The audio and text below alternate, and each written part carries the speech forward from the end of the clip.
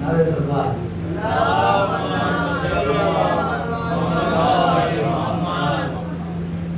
نبی کی دختر اختر ہے فاطمہ زہرا، نبی کی دختر اختر ہے فاطمہ زہرا، او حسن حسین کی مادر ہے فاطمہ زہرا، او کلام حق جسے اب تک بیان کرتا ہے، طہارتوں کا وہ محور ہے فاطمہ زہرا، جو بات سچ ہے وہ کہنے میں کیوں گریز کروں،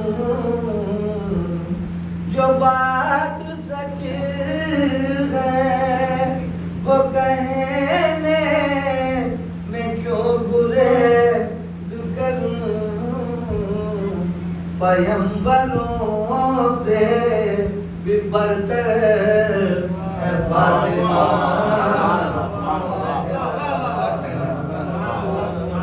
انہی کی نسل سے اب تک امام ہے باقی،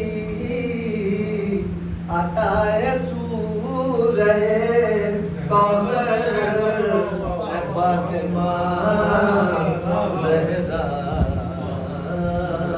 تو منافقین سے کہے دو مطابق قرآن،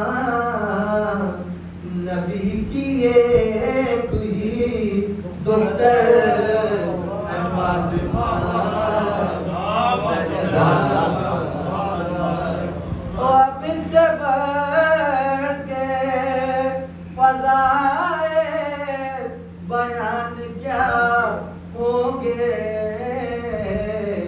فضیلتوں کا سمندر ہے فاطمہ زہرا،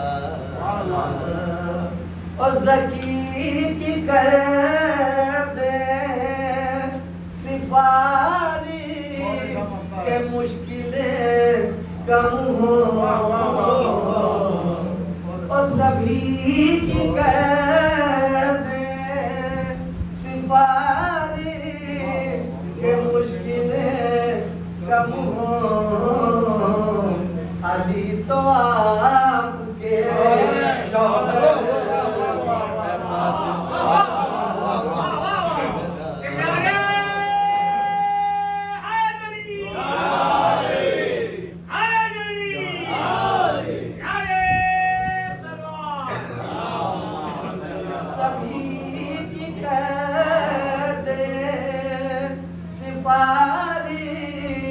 کہ مشکلیں کم ہوں، علی تو آپ کے شوہر ہے فاطمہ زہرا،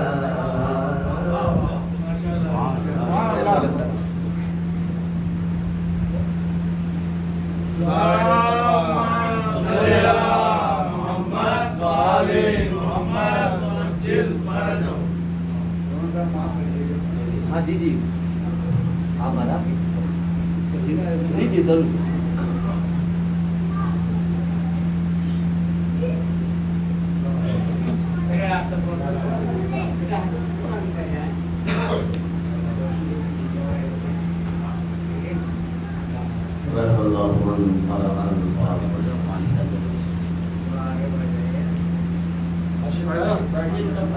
عاشق بھائی آپ بھی کرسی لے کے ادھر آ جائیے،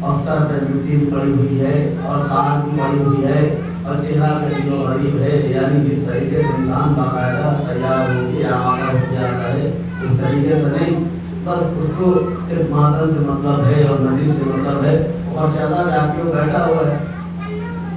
دور سے ایک شخص نے دیکھا تو اس کو یہ محسوس ہوا کہ شاید کوئی بہت ہی غریب اور کوئی فقیر مجلس میں آ گیا ہے، شاید کوئی فقیر مجلس میں آ گیا ہے۔ اور ظاہر سی بات ہے اللہ تعالیٰ کے دل بڑے نرم ہوتے ہیں، اللہ تعالیٰ کے دل بڑے نرم ہوتے ہیں، یہ مولا حسین کا صدقہ ہے، ان کے دل ملائم نرم ہوتے ہیں، یہ قاسی القلب نہیں ہوتے، دوسروں کی پریشانیوں کو دیکھ کے پریشان ہونے والے ہوتے ہیں، اپنی پریشانیوں کو بھول جاتے ہیں اور دوسروں کی پریشانیوں کو دور کرنے کی کوشش کرتے ہیں۔ یہ حقیقی عدالت اور حقیقی مومن کی علامت ہوتی ہے۔ ایک شخص نے دیکھا کہ وہ جو صاحب تشریف فرما ہے اور جو بیٹھے ہوئے ہیں ان کا لباس گندا ہے اور لباس پھٹا ہوا بھی ہے اور عجیب و غریب حالت ہے اور بالوں میں گندگی بھی نہیں ہے اور بالوں میں خاک بھی ہے، وہ سمجھے کہ شاید یہ کوئی فقیر ہے۔ اور انہوں نے سوچا کہ جب مجلس سے اپنا ختم ہو جائے گی تو چل کے ان کو کچھ دے دیا جائے، اللہ چل کے ان کی خدمت میں کچھ پیش کر دیا جائے، کچھ دے دیا جائے۔ لہٰذا جب مجلس ختم ہو گئی اور مجلس تمام ہو گئی اور مجلس ختم ہونے کے بعد وہ اٹھے، انہوں نے دیکھا کہیں ایسا نہ ہو کہ ساتھ چلے جائیں جو فقیر ہے، انہوں نے فوراً ہی اپنی جیب سے 10 کا نوٹ نکالا اور نکالنے کے بعد ان کے حوالے کر دیا، ان کے حوالے کر دیا، انہوں نے لیا، لے کے رکھ لیا۔ اب یہ واپس آئے، ان کے جو ساتھی تھے ان سے بیان کیا کہ دیکھو کتنا غریب انسان ہے اور مولا کی فرشادہ پہ آیا تھا، فقیر انسان، اس کی حالت دیکھو، میں نے اس کی مدد کی ہے، 10 روپئے میں نے ان کو دے دیا۔ اور پھر اس کے ساتھی نے اور دوست نے سنا، کیا تم نے ان کو دیا ہے؟ تم نے ان کو دیا ہے، تمہیں پتا بھی ہے کہ وہ ہے کون، تمہیں پتا بھی ہے وہ شخص کون ہے، وہ کئی فیکٹریوں کا مالک ہے، کئی مکانات اس کے پاس ہے، کئی گاڑیاں ہیں اس کے پاس اور کئی فیکٹریوں کا مالک ہے۔ تم نے اس کے شان میں گستاخی کر دی، کہیں ایسا نہ ہو کہ اذیت ناک ہو، اس کو اذیت ہو، تکلیف ہو، تم سے ناراض ہو جائے، تم نے بہت غلط کیا ہے۔ اب اس کو معلوم ہوا، 50 اندازہ لگائیں، اگر کوئی انسان ایسے دولت مند اور ثروت مند انسان کو فقیر سمجھتے کہ جا کے دے دے تو اس انسان کو کتنا برا لگے گا کہ ہماری توہین کی گئی ہے، ہمیں فقیر سمجھ کے انہوں نے 10 روپیہ دیا ہے، ہم نہ جانے خود کتنی فیملیوں کو پالتے ہیں، کتنے لوگوں کو دیتے ہیں، اللہ نے ہمیں کسی چیز کی کوئی کمی ہمارے یہاں الحمدللہ نہیں ہے۔ یہ انسان کے ذہن میں خیال آئے گا، اس نے کہا تم نے جس کو دیا ہے وہ بہت بڑا آدمی ہے، اللہ نے اس کو بہت عطا کیا ہے، اس کے گھر میں کسی چیز کی کوئی کمی نہیں ہے، تم نے کہیں اس کو ناراض تو نہیں کر دیا۔ اب اس نے سنا تو اس کو تکلیف ہوئی، کیا مجھ سے اس کا مطلب یہ ہے بہت بڑی غلطی ہو گئی۔ اب جب تک ہو جاتا کوئی انسان جا چکا تھا، اب یہ پریشان کی کیا کرے، بڑا 2-3 دن اس طریقے سے رہا پریشان کی حالت میں، اور ان کا پتہ ایڈریس معلوم کیا کہ ان کا گھر کہاں ہے، تاکہ جا کے ان سے معافی مانگ سکے، ان سے توبہ کر سکے کہ ہم سے غلطی ہو گئی، ہم آپ کو نہیں جان سکے، نہیں پہچان سکے۔ اب جب ایڈریس معلوم کر کے اور پتہ معلوم کر کے ان کے گھر پہنچا اور جانے کے بعد ان کے سامنے ہاتھوں کو جوڑ دیے اور جو کہتا ہے کہ مجھے معاف کر دیا، کیا ہوا؟ آپ نے فرشادہ کہ میں نے آپ کو فقیر جانا، جو آپ کا لباس تھا، جو آپ کا حلیہ تھا، میں آپ کو پہچان نہیں سکا، میں آپ کو فقیر جان رہا تھا، فقیر سمجھ رہا تھا، اور فقیر سمجھ کے میں نے آپ کو 10 روپئے کا نوٹ دے دیا، مجھے معاف کر دیں، آپ مجھ سے ناراض نہ ہو۔ کہتے ہیں کیا تم نے مجھے 10 روپئے دے دیے؟ تم نے مجھے 10 روپئے دیے تھے؟ کہا ہاں میں نے 10 روپئے دیے ہیں۔ مسکرائے اور خوش ہو گئے اور مسکرا کے کہتے ہیں خدا کا شکر ہے، خدا کا شکر ہے، خدا کا شکر ہے کہ تم نے مجھے فقیر سمجھ کے 10 روپئے دیا۔ کیا مطلب؟ کہ میں بہت دنوں سے بارگاہ حسین میں دعا کر رہا تھا کہ پروردگار مجھے حسین کے در کا فقیر بنا دے، سبحان اللہ، مجھے حسین کے در کا فقیر بنا دے، مجھے حسین کے در کا فقیر بنا دے۔ اب مجھے یقین ہو گیا ہے کہ اس نے میری دعا قبول کر لی ہے، اور یاد رکھو تم نے جو مجھے 10 روپئے دیے ہیں نا، وہ میں نے اس کی وصیت بھی کر دی ہے اور اپنے بچوں سے کہہ دیا ہے کہ اس 10 روپے کے نوٹ کو میرے کفن میں ضرور رکھنا تاکہ میں میدان محشر میں بتا سکوں کہ میں حسین کا فقیر بن کے آیا ہوں۔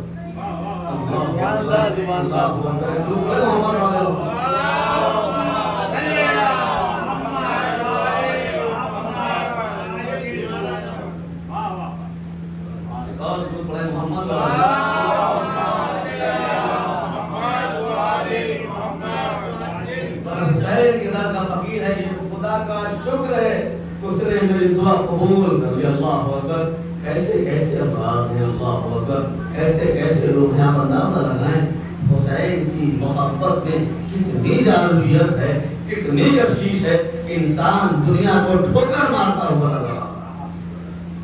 حسین کے در کی غلامی چاہتا ہے، دعا کر رہا ہے مولا ہمیں حسین کے در کا فقیر بنا۔ عزیزو یہ کرم ہے فرش ادا کا کہ اگر انسان کو اس گھر کی اس در کی غلامی نصیب ہو جائے تو انسان شاہوں سے اوپر ہو جاتا ہے، شاہوں سے عالی ہو جاتا ہے۔ اس لیے کہا گیا ہے کہ فرش ادا وہ محترم و مقدس جگہ ہے کہ جب بھی کوئی عزادار فرش ادا پہ آتا ہے اور آنے کے بعد بیٹھتا تو فرش پہ ہے لیکن عرش سے زیادہ بلند ہو جاتا ہے، عرش سے زیادہ بلند ہو جاتا ہے۔ یہ شرف اور یہ فضیلت صرف اور صرف ہمیں اللہ حسین سے میسر ہوتی ہے۔ حضور محمد والے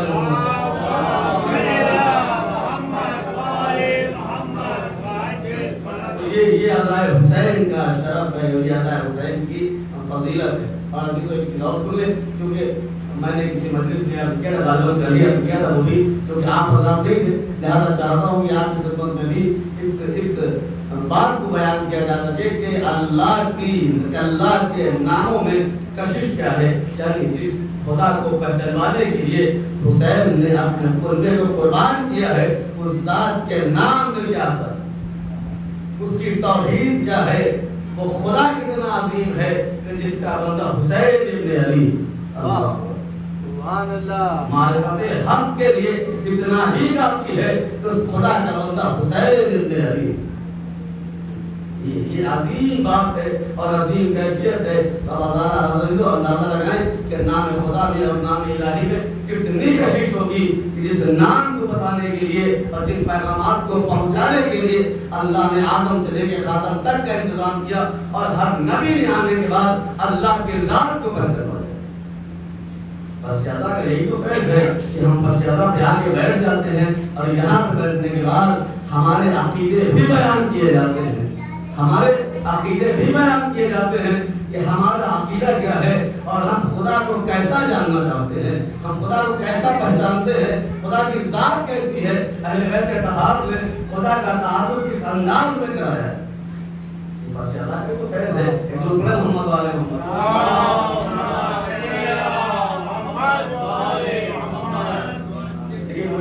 مجھے آپ کی تھکن کا باقاعدہ احساس ہے، آپ کی تھکن کا مجھے باقاعدہ احساس ہے۔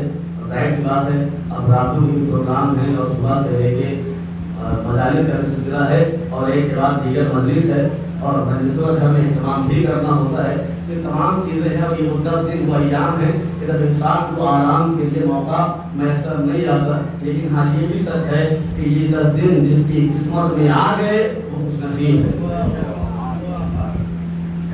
جس کی قسمت میں آ گئے اور جس کو میسر آ گئے وہ خوش نصیب ہے۔ کہ آپ لوگ سنگل کر کے مجھے دیکھ رہے ہیں، ایک دیکھ رہے ہیں، میں یہاں سے سب کو دیکھ رہا ہوں، تو آپ کی تھکن کا مجھے باقاعدہ احساس ہے اور میں اسی کو ملحوظ خاطر رکھتے ہوئے اپنی گفتگو آپ کے سامنے پیش کر رہا ہوں انشاءاللہ۔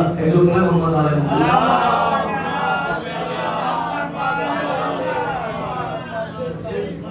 آپ کی تھکن کو اتارنے کے لیے ایک روایت آپ کی خدمت میں پیش کرتا ہوں۔ محمد والے محمد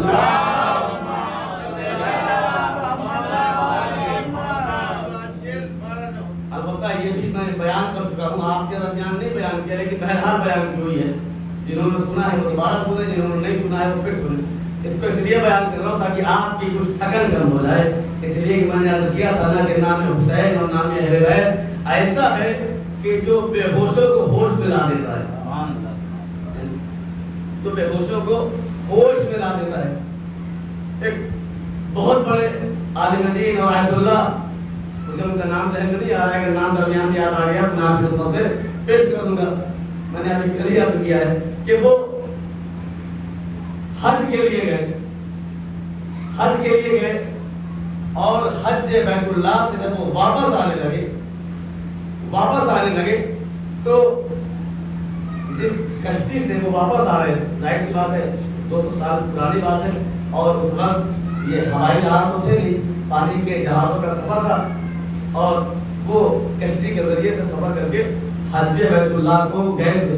جب وہ واپس آنے لگے اور اس کشتی میں سوار، اس میں جہاں پہ بہت سے افراد بیٹھے ہوئے تھے، اس میں یہ تنہا واحد ایسے شخص تھے جو اہل بیت سے محبت رکھتے تھے۔ دیکھیں اہل بیت کی محبت یہ مقدر سے ملتی ہے، قسمت سے ملتی ہے۔ رسول اور آل رسول کی محبت یہ ہر کسی کو نہیں ملتی، اس لیے کہ اتنے طاہر اتنے پاک ہیں کہ آیت تطہیر میں ان کی طہارت کی سند موجود ہے۔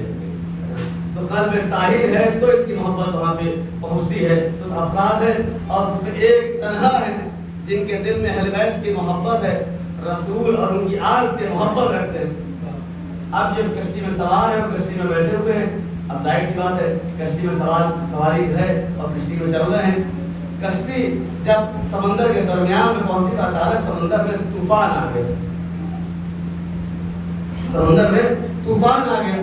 اب جب طوفان آیا تو ظاہر سی بات ہے اب کشتی سمندر کے طوفان میں پھنس گئی اور ہچکولے لے رہی، کبھی ادھر اور کبھی ادھر، اور کبھی ادھر جاتی ہے، کبھی آگے بڑھتی ہے اور کبھی پیچھے ہٹتی ہے۔ یہ عجیب و غریب کیفیت ہے۔ اب جو کشتی میں سوار ہیں تو تمام کے تمام افراد ان کو یہ لگنے لگا کہ اب موت قریب ہے۔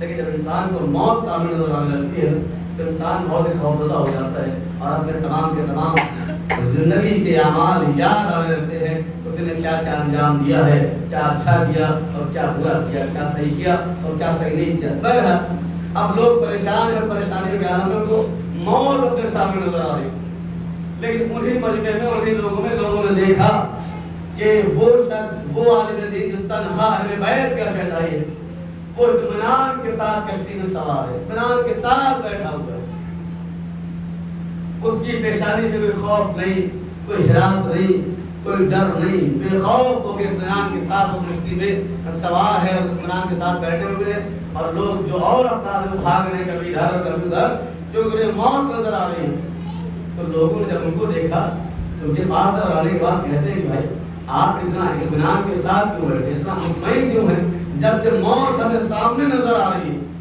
موت ہمیں سامنے نظر آ رہی ہے، آپ پریشان کیوں نہیں ہیں؟ جملہ سنیں کہ وہ فرماتے ہیں کہ پریشان وہ ہو جس کا مشکل کشا نہ ہو، پریشان وہ ہو جس کا کوئی مشکل کشا نہ ہو، جس کا کوئی رہبر نہ ہو، جس کا کوئی رہنما نہ ہو۔ بھائی ہم لاوارث تھوڑی ہیں، ہم لاوارث تھوڑی ہیں، ہمارا وارث موجود ہے، ہم پریشان کیوں ہو؟ کیا مطلب؟ پریشان مت ہو، کشتی کو کچھ نہیں ہوگا، تم اطمینان کے ساتھ بیٹھ جاؤ۔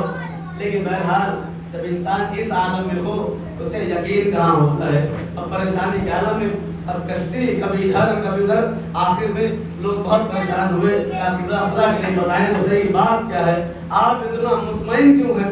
ہمیں بھی بتا دیتا کہ ہمیں بھی اطمینان حاصل ہو جائے، اس لیے کہ ہمارے دل کی دھڑکنیں بہت تیزی کے ساتھ دھڑک رہی ہیں۔ اچھا موت سامنے ہو تو دل قابو میں نہیں رہتا۔ اگر آپ کسی گاڑی میں سواری کریں اور گاڑی بار بار آپ کو چل رہی ہو اور کبھی لگاؤ کہ 20 ڈیوائڈر سے بچ گئے اور ادھر بچ گئے اور ادھر بچ گئے، تو ایسا لگے گا دل کی دھڑکنیں تیز ہو گئی ہو اور موت گویا کے سامنے ہو۔ کا بات کیا ہے یہ تو بتا دیں، آپ مطمئن کیوں ہیں؟ کہا چلو تم پریشان مت ہو، تم پریشان ہونا ہم اس کا علاج کیے دیتے ہیں۔ انہوں نے اپنے سر سے امامہ اتارا اور امامہ اتارنے کے بعد اس میں مولا حسین کے قبر کی مٹی تھی، تو وجہ حسین تھی، اور مولا حسین کے قبر کی مٹی اٹھایا اور اٹھانے کے بعد سمندر کے حوالے کر دیا۔ اب جو سمندر کے حوالے کیا تو آیا ہوا طوفان رک گیا۔ سبحان اللہ، بڑے محمد والے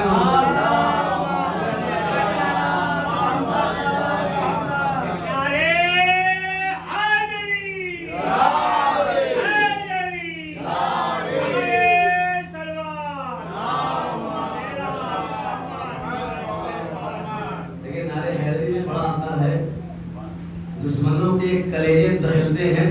واہ نعرے حیدری سے دشمن نہیں ٹک پاتے. جب دشمن نہیں ٹکتے تو آپ کی نیند کہاں رکے گی؟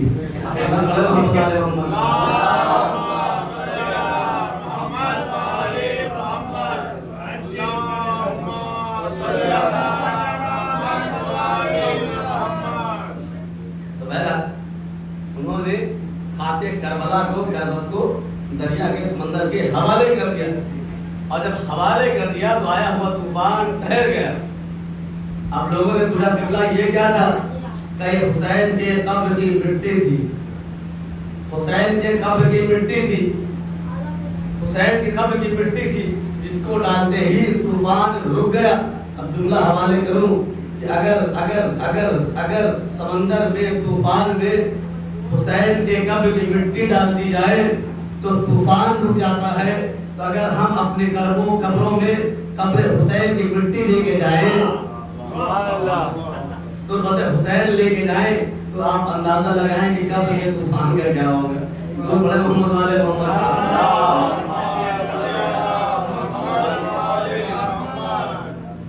اب یہ بھی جملہ سنیں کہ انہوں نے اس کے بعد بات کی یہ ہے کہ جب یہ چلے تھے تو کشتی میں تنہا اہل بیت کے محب تھے. تنہا اہل بیت کے محب تھے اور جس وقت کشتی ساحل پر پہنچی ہے تو پوری کشتی محب اہل بیت میں تبدیل ہو چکی. تو جس کی خاک میں یہ اثر ہو اس کی ذات میں کتنا اثر ہو. سبحان اللہ.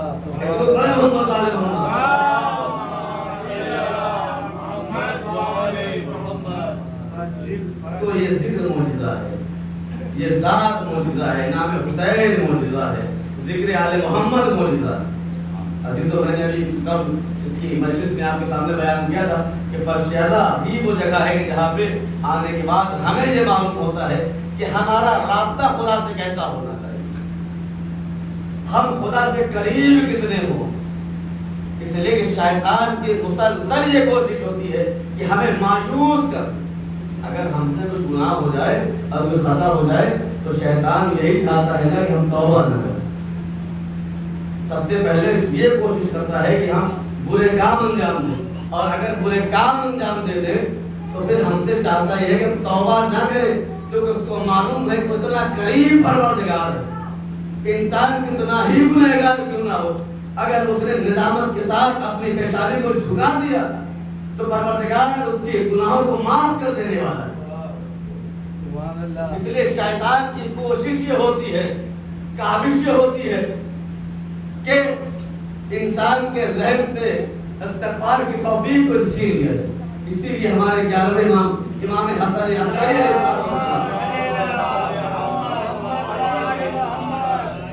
ہمارے 11ویں مولا ارشاد فرماتے ہیں کہ دیکھو خبردار پوری توجہ سے سن لیں میرے عزیزو. مولا ہمارے 11ویں مولا ارشاد فرماتے ہیں کہ خبردار دیکھو ہم سے مایوس مت ہونا, ہم سے نا امید مت ہونا, ہم سے اپنے چہرے کو گھمانا نہیں. اس لیے کہ تم اپنے دل کی کیفیات کو ہم سے بیان کیا کرو. تمہیں ضرورت ہے, تمہیں پریشانی ہے کہ تم نے کوئی گناہ بھی کر لیا ہے تو ہم سے ویسے بیان کیا کرو جس طریقے سے اپنے امام سے کلام کیا جاتا ہے. اور ہاں اگر تمہیں شرم محسوس ہو اور امام کی حیثیت سے ہم سے بات نہ کر سکو تو ہم سے باپ کی حیثیت سے کلام کرو. ہمیں اپنا باپ سمجھو. ہاں اگر باپ ہونے کے بعد تمہیں شرم محسوس ہو تو ہمیں اپنا دوست سمجھو. انسان اپنے دوستوں سے کھول کے باتیں کرتا ہے نا. ہمارے جیسے مولا کہتے ہیں کہ ہمیں اپنا دوست سمجھو, اپنا دوست سمجھ کے ہمارے سامنے اپنی پریشانیوں کو رکھو, اپنی پریشانیوں کو رکھو اور اپنی خطاؤں کو رکھو اور ہم سے اس کے بارے میں اپنی باتوں کو کہو. اس لیے ہمارے 8ویں امام علی رضا علیہ السلام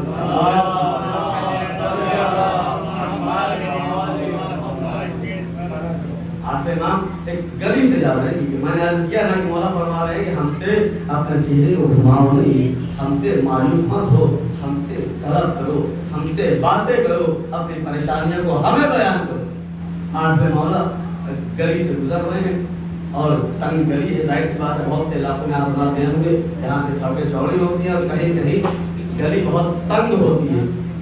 ایک گلی سے گزر رہے ہیں، سامنے سے ایک چاہنے والا آ رہا ہے. اب یہ چاہنے والا آ رہا ہے، اس نے دیکھا وہ چاہنے والا کیسا ہے کہ محبت تو کرتا ہے لیکن شراب بھی پیتا ہے.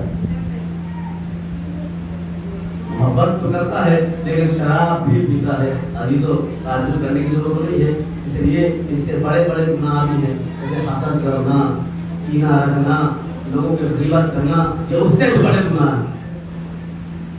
حسد کرنے والا، غیبت کرنے والا اور کینہ رکھنے والا اہل بیت کی محبت کا دعویٰ کرتا ہے کہ نہیں کرتا ہے، خدا اور رسول سے محبت کا دعویٰ کرتا ہے کہ نہیں کرتا ہے، اس سے بڑے بڑے گناہ ہیں. تو گناہ بھی کر رہا ہے اور محبت بھی ہے، اہل بیت سے محبت بھی ہے، اچھا احساس بھی ہے. اب اتفاق کی بات ہے کہ اللہ جب جس کی ہدایت دینا چاہے، میں نے عرض کیا نا کہ فرشتہ کا فیض ہوتا ہے، اللہ کب کس کی ہدایت دے دے اور کب کس کے قلب کو پلٹ دے، کب کس کے دل کو پلٹ دے، ہمیں نہیں پتا. گلی سے آ رہا ہے لیکن سامنے سے امام تشریف فرما ہے. اچھا ذرا آپ اپنے اوپر ذرا اندازہ لگائیں، میں محسوس کرنے کی تو کہہ رہا ہوں، اندازہ لگائے کوئی انسان شراب پیے ہوئے ہو اور ہاتھ میں شیشی بھی ہو اور بوتل بھی ہو شراب کی، اور جس گلی سے گزر رہا ہو سامنے امام بھی آ رہے ہوں. اب وہ کرے تو کیا کرے؟ اچھا گلی بھی تنگ ہے، پتلی ہے، چوڑی بھی نہیں ہے، کیا کوئی سائڈ میں بیٹھ جائیں وہ سائڈ ہو جائیں؟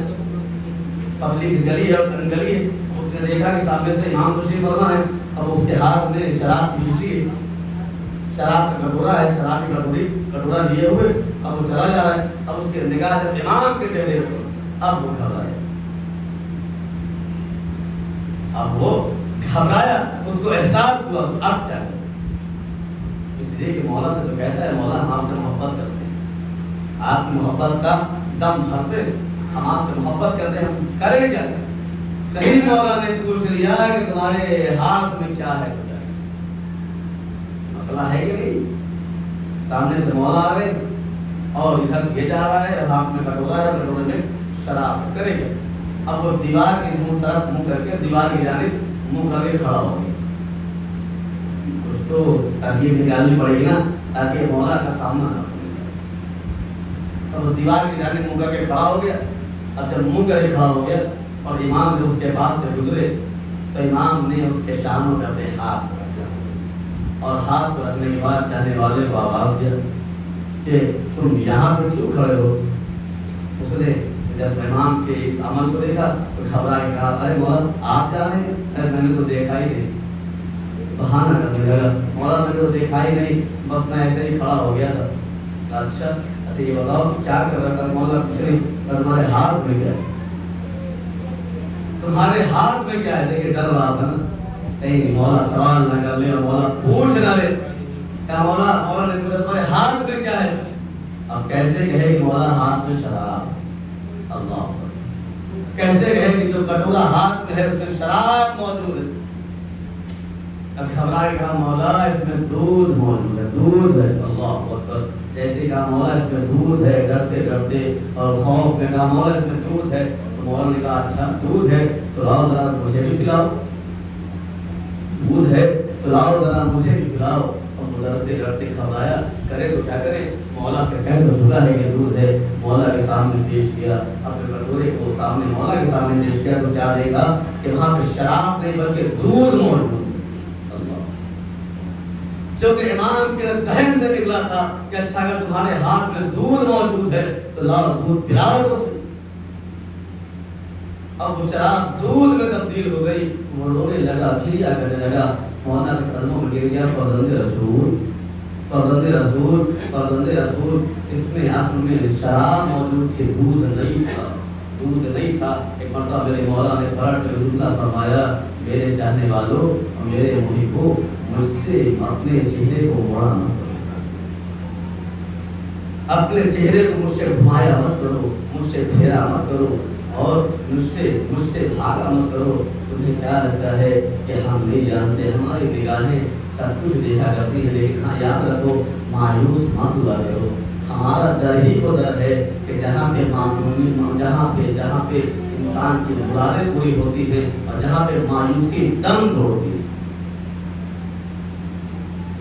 امام نے پیغام دیا کہ دیکھو خبردار تمہیں مایوس ہونے کی ضرورت نہیں ہے. اگر تم سے ایسا کوئی عمل انجام پا جائے اور ایسی کوئی کیفیت ہو جائے تو اس کے بعد بھی مایوس مت ہونا، اس لیے کہ شیطان کو چاہتا ہی یہ ہے کہ تمہیں مایوس کر دے، تمہیں ہماری رحمت سے مایوس کر دے، تمہیں رحمت الہی سے مایوس کر دے۔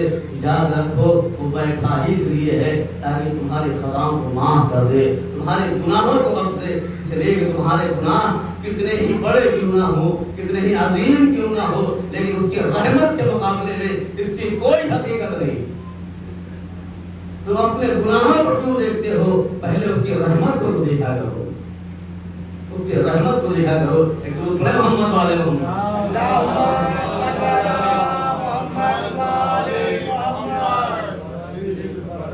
ایک اور دوسرے محمد والے ہوں۔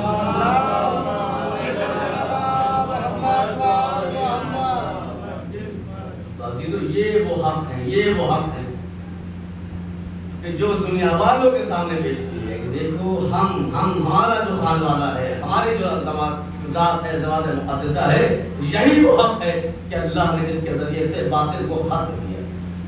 اور اسی لیے ہمارا ایک فرزند جو حق ہے، تو جعل حق و ذکر باطل کا نعرہ بلند کر کے جب ظہور کرے گا تو باطل کا خاتمہ کرے گا اور حق کی حکومت قائم کرے۔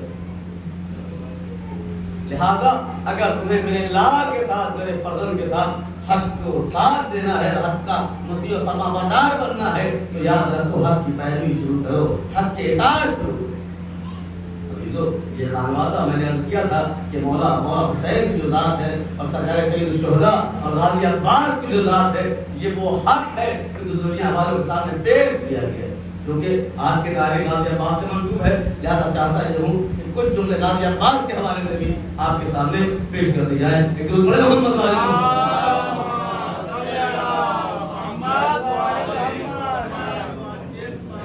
تو میں نے ابھی اس سے پہلے عرض کیا تھا کہ علی جیسی ذات ایسا بے نیاز کہ جس نے خدا سے کچھ نہیں چاہا، کچھ نہیں مانگا، مسلح عبادت پہ خدا سے عباس مانگا، عباس کے لیے دعا کی ہے۔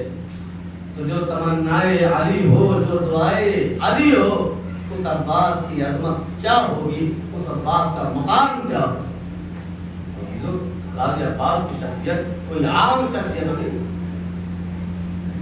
مولا عباس کے لیے اسی لیے روایات ہے کہ جس وقت امیر المومنین نے اپنے بھائی عقیل سے فرمایا، بھیا عقیل، میں یہ چاہتا ہوں کہ آپ میری شادی کسی ایسے بہادر خاندان میں کرا دو کہ جہاں سے ایسا بہادر بیٹا پیدا ہو جو کربلا میں میرے حسین کے کام آئے۔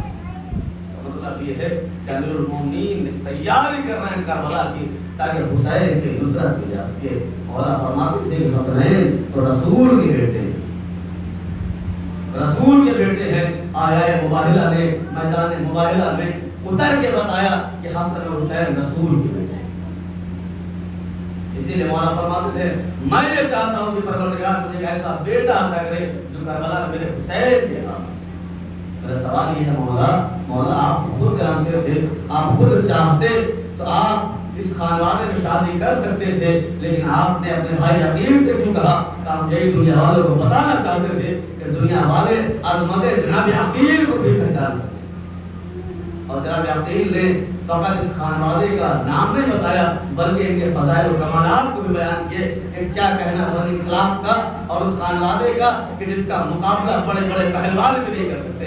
شجاعت کا یہ عالم، تو غازی عباس کا نامیال بھی دیکھ لیں اور دانشیال بھی دیکھ لیں، تو دعائے علی اور تمنائے علی کا نتیجہ ہے۔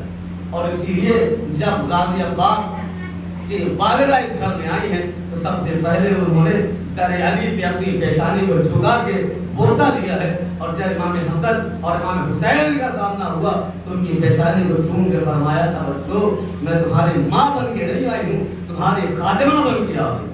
اللہ اکبر، یہ کیسی ماں ہے جس کی ماں کا یہ عالم ہو، اگر اس کا بیٹا عباس زندگی بھر اپنے آپ کو اپنے آقا حسین کا غلام کہے تو حیرت نہیں۔ یہ عباس کا عالم ہے، جناب عباس کی شخصیت ہے۔ اسی لیے روایت کی جملے یہ ہیں کہ کربلا میں ایک شخص نے ایک دوسرے محمد والے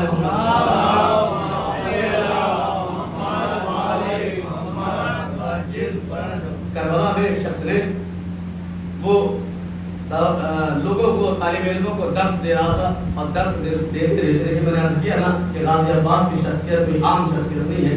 درس دیتے دیتے اور پڑھاتے پڑھاتے انہوں نے یہ بتایا طالب علموں کو کہ دیکھو یقیناً عباس بہت زیادہ شجاع اور بہادر کا نام ہے, ایک شیر کا نام ہے, لیکن عباس کا علمی کارنامہ کوئی نظر نہیں آتا. عباس کا علمی کارنامہ کوئی نظر نہیں آتا. یہ عباس بہت بڑے عالم نہیں. اللہ اکبر. انہوں نے یہ کہا اور اس کے بعد جب درس ختم ہوا اور وہ اپنے گھر پہنچے تو انہوں نے خواب میں یہ دیکھا. خواب میں دیکھا کہ بہت بڑی نشست لگی ہوئی ہے اور بہت بڑی نشست میں ہر طرف علماء بیٹھے ہوئے ہیں, بڑے بڑے جید علماء اور بنانے کرام اور مجتہدین. وہ سب کے سب صف میں دو صف ہو کے بیٹھے ہوئے ہیں اور سب سے آخر میں ان کی کرسی لگی ہوئی ہے. ان کو بھی بٹھایا گیا جن سے بہت بڑے بڑے عالم بہت بڑی بڑی شخصیات بیٹھی ہے اور سامنے درمیان میں ایک مسند لگی ہوئی ہے. اور مسند میں نے پوچھا کہ یہاں پہ کون بیٹھے گا, وہاں پہ جو کرسی ہے میں نے پوچھا یہاں پہ کون بیٹھے گا, کہا یہاں پہ حضرت عباس بیٹھیں گے,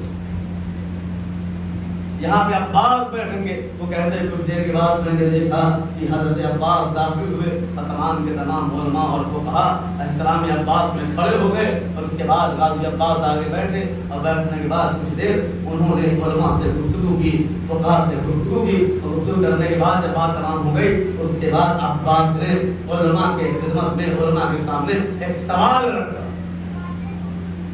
ایک سوال پوچھا. اب جو سوال کیا ہے تو سب کے سب عاجز تھے کہ غازی عباس کے سوال کا جواب دے سکے, کہ کوئی اس کی ہمت نہیں تھی, کوئی بتا نہیں سکا, کوئی دے نہیں سکا. ایک مرتبہ سب کے سب خاموش ہو گئے تو حضرت عباس اپنی جگہ سے اٹھے اور اس عالم کے پاس آئے اور آنے کے بعد فرماتے ہیں کہ تو کیا کہہ رہا تھا کہ میرا کوئی علمی کمال نہیں ہے, میں عالم نہیں ہوں, میرے پاس علم نہیں ہے. یاد رکھ کہ تو نے جو پڑھا ہے, تیرے پاس علم آیا ہے, تو نے کتابوں سے علم حاصل کیا, تو نے حدیث کی کتابیں دیکھی, تو نے تاریخ کی کتابیں دیکھی, تو نے کتابوں کو پڑھا ہے, تب تیرے پاس علم آیا ہے.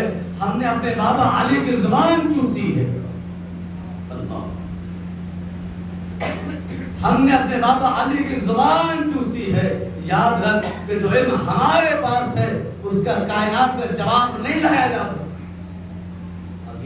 آپ کو پتا ہے کہ جب ہمارے 11ویں امام کا واقعہ ہے کہ 11ویں امام کی خدمت میں ایک شخص آیا اور اس نے آنے کے بعد علم کے مولا کے سامنے ایک عرابی آیا اور کچھ سوال جواب ہوئے تو مولا نے اس سے یہ فرمایا تھا کہ کنگڑی اٹھا کے دو. اس نے جب کنگڑی دی تو مولا نے اپنے ذہن میں رکھنے کے بعد اس کے حوالے کی اور کہا کہ اس کو اپنے ذہن میں رکھ لو. جب اس نے اپنے ذہن میں رکھی تو 70 زبان کا مالک ہو گیا, 70 زبانوں کا مالک ہو گیا تھا. اگر کسی کنکڑی میں لعاب امام لگ جائے تو 70 زبان کا مالک ہو جاتا ہے. علم عباس کا کیا علم ہوگا جس نے اپنے بابا علی کی زبان چوسی ہو, جس نے اپنے بابا علی کی زبان چوسی ہو, جس نے اپنے بھائی حسین کی زبان چوسی ہو. اللہ عباس کو ذات کا نام, عباس کوئی معمولی شخصیت کا نام نہیں ہے, عباس کوئی عام ہستی کا نام نہیں ہے. اسی لیے کہا کہ علم عباس کا کیا کہنا, فقہاء ان کے سامنے آتے. اور ایک بات اور عرض کر دوں کہ جو حضرات اکثر چونکہ ظاہر کربلا محلہ جاتے ہیں اور آپ نے کیا کبھی غور کیا کہ آپ آج جب 1400 برس کے بعد فرش اعلیٰ پہ بیٹھ کے مجلس حسین میں جب آپ کربلا والوں کا ذکر سنتے ہیں تو آپ بے قرار و مضطرب ہو جاتے ہیں. جب آج 1400 برس کے بعد ہم کربلا والوں کا ذکر سنتے ہیں اور ان کے مصائب سنتے ہیں تو آج ہم بے قرار ہو جاتے ہیں اور ہمیں چین نہیں ہوتا. تو وہ افراد جو کربلا زیارت کے لیے جاتے ہیں وہ زندہ کیسے واپس آتے ہیں؟ آپ نے اسے غور کیا, کبھی توجہ کیا؟ ایک بہت بڑے عالم دین اپنے شاگردوں سے بیان کر رہے ہیں, ذرا غور کرو, توجہ کرو کہ جب ہم 1400 برس کے بعد اپنے وطن میں, اپنے ملک میں کربلا والوں کا ذکر سنتے ہیں, مولا حسین کی مظلومیت کو سنتے ہیں تو ہم بے قرار ہو جاتے ہیں, ہم پریشان ہو جاتے ہیں, ہم سے مسائل برداشت نہیں ہوتا, ہم سے برداشت نہیں کیا جا سکتا. تو کیسے ممکن ہے وہی حضرات جب کربلا کی سرزمین پہ پہنچ جائے اور یہ دیکھے کہ یہی وہ سرزمین ہے جہاں پہ زہرہ جلال پیر کیا گیا ہے. ذرا احساس کرو اور محسوس کرو کہ زائر وہاں سے زندہ کیسے واپس آتا ہے. کیسے ممکن ہے کہ وہ زائر وہ چاہنے والا محب حسین کربلا چلا جائے اور زندہ آ جائے. اس لیے جب وہ تمام مناظر کو دیکھتا ہوگا یہ مقام علی اکبر ہے کہ جہاں پہ علی اکبر گھوڑے سے گزرے, یہ مقام علی اصغر ہے کہ جہاں پہ حسین اپنے چشمانے کو لیے ہوئے سوالیات کر رہے تھے, اور یہی وہ مقتل ہے جہاں پہ حسین کو بھوکا اور پیاسا شہید کیا گیا, اور یہی وہ ٹیلہ زینبیہ ہے کہ جہاں پہ رسول کی نواسی علی کی بیٹی سوال کر رہی تھی اور آواز دے رہی تھی اے شمر بہرا میرے بھائی پہ تو خنجر چلا رہا ہے, قتل کر رہا ہے. یہ مومن کیسے زندہ واپس آ جاتا ہے. علماء فرماتے ہیں روایت کے جملے ہیں کہ وہ اس لیے نہیں آتا بلکہ زندہ اس لیے آتا ہے کہ جب کوئی زائر کربلا کی زیارت کے لیے اپنے گھر سے نکلتا ہے اور جیسے ہی نکلنے لگتا ہے ایک مرتبہ حسین آواز دیتے ہیں اے بھیا عباس زائر کربلا آ رہا ہے, اس کی زندگی تمہارے حوالے. اے عباس اس زائر کی زندگی تمہارے حوالے. اے عباس یاد رہے جس طریقے سے زائر زندہ کربلا آ رہا ہے اس کو ویسے ہی اس کے خانوادے میں زندہ پلٹا دینا, اس کے گھر میں زندہ پلٹا دینا. اس لیے روایت کے جملے ہیں جب مولا حسین یہ فرماتے ہیں کہ مرتبہ غازی عباس بڑھ کے اس زائر کے سینے پہ اپنا ہاتھ رکھ دیتے ہیں. اور عباس کا ہاتھ رکھنا ہے کہ زائر کو قرار آ جاتا ہے, زائر کو چین آ جاتا ہے. ابھی تو میں جملہ کروں گا مولا آپ کو ہاتھ میں اپنے چاہنے والوں کا اتنا خیال کریں, اور آپ کو آج جب اپنے چاہنے والوں کا اتنا خیال ہے کہ آپ کو یہ برداشت نہیں ہے کہ جو چاہنے والا کربلا آ رہا ہے وہ واپس اپنے گھر چلا جائے, اپنے قربے میں چلا جائے, واپس یہی پہ نہ رہ جائے. اے مولا ارے اس وقت آپ کا کیا عالم ہوا ہوگا جب آپ کا بھلا گھر کربلا میں اجڑ رہا. اجبر اللہ خدا کے سیغم من اللہ تبارک و مظلوم کربلا کے عزادار و آزاد محرم ہے. آج ہم عباس کا ماتم کرتے ہیں, آج حسین کے لشکر کے علمدار کا ماتم ہے, آج قمر بنی ہاشم کا ماتم ہے, آج حسین کے اس بھائی کا ماتم ہے کہ جس کی شہادت نے حسین کی قبر کو توڑ دیا.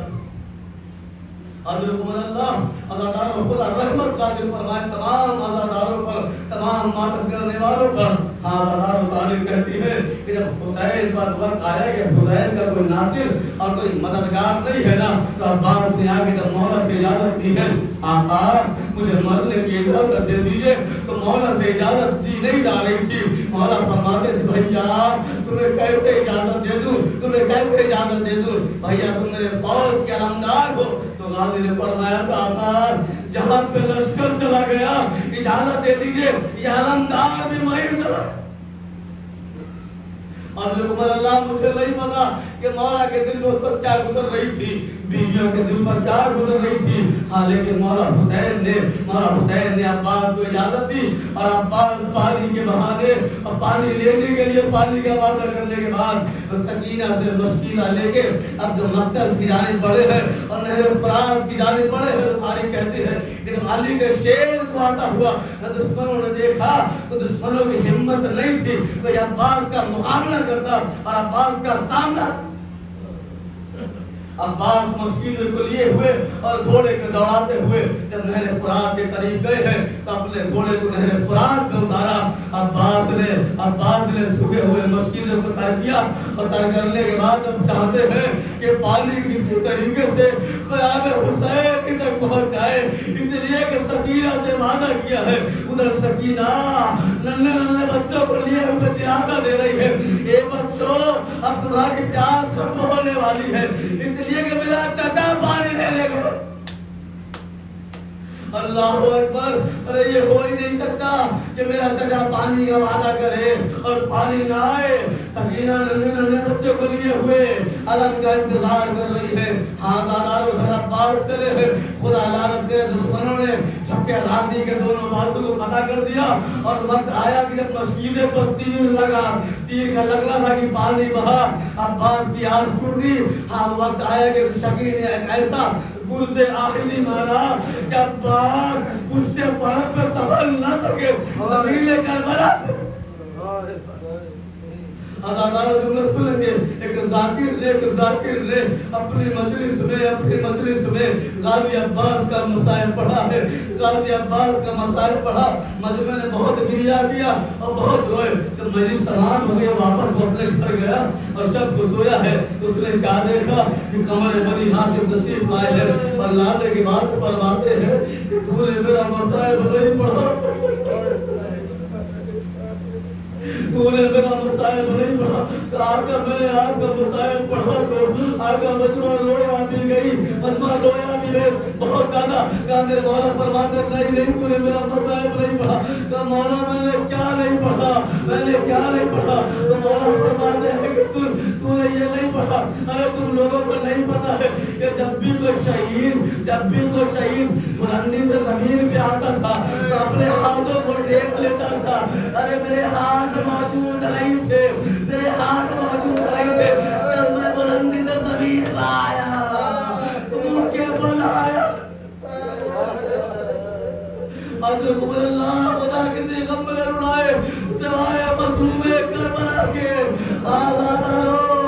مجھے نہیں پتا بات کے اوپر کیا گزر گئی ہوگی جب عباس منہ کے بل زمین کربلا پہ آئے، آواز دی آقا سلام کا غلام کا سلام یا پھر عزادار حسین کے تعلق سے عباس کا ٹکرانا تھا، لیکن مرتبہ حسین تڑپ گئے، اپنے دونوں ہاتھوں سے اپنی کمر کو تھام لیا اور تھام کے آواز دی یا اخی الان خطرہ ظہری، اے عباس ارے تمہارے مرنے نے حسین کی کمر توڑ دی۔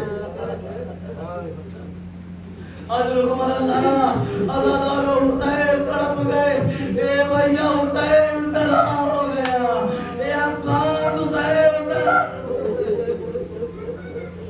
عزاداروں کو آخری جو نسل میں اجتماع ہو رہی ہے، حسین گرتے پڑتے عباس کے قریب پہنچے، ہاتھوں نے بتایا کہ حسین نے عباس کی ایک آنکھوں کا سے خون نکالا اور دوسروں کا تیر نکالا، اور اس کے بعد امام نے فرمایا بھیا تم نے مجھے ہمیشہ اپنا آقا کہا ہے، اے بھیا ایک بار مجھے اپنا بھائی کہہ دو، اے عباس مجھے ایک بار اپنا بھائی کہہ دو۔ عزاداروں عباس نے بھائی کہا، روح کا بدن اندر سے پرواز کر گئی۔ حسین نے عباس سے کٹے ہوئے بازوؤں کو لیا اور عباس کے علم کو لے کے اب جو خیام کی جانب بڑھے ہیں نا، عزاداروں بڑا قیامت کا جملہ ہے، بس جملہ سلسلے میں تمام ہو رہی ہے۔ اب حسین عباس کے علم کو لیے ہوئے اب جو خیام کی جانب بڑھے ہیں نا، ادھر در خیمہ پر زینب کھڑی ہوئی اس منظر کو دیکھ رہی تھی کہ عباس میں اور حسین میں کچھ باتیں ہو رہی ہے، عباس میں حسین میں کچھ گفتگو ہو رہی ہے۔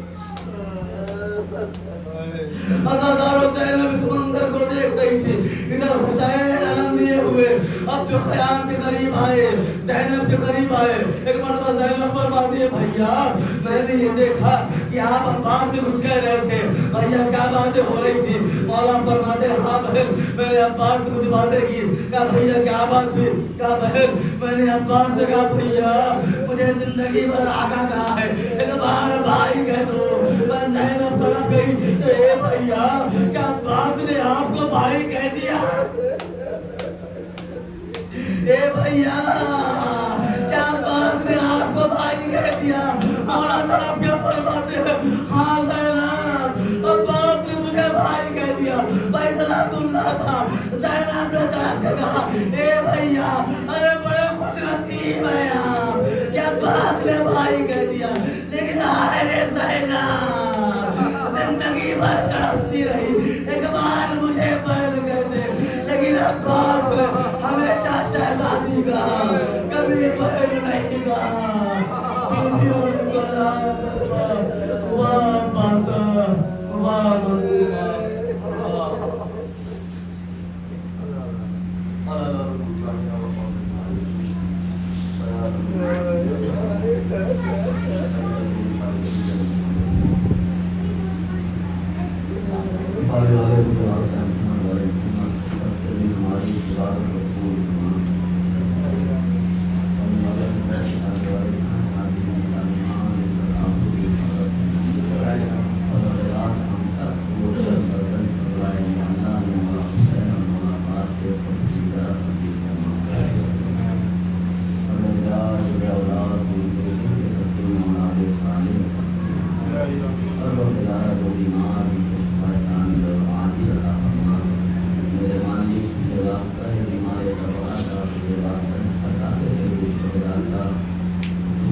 مولانا حسین کو سر درد شفا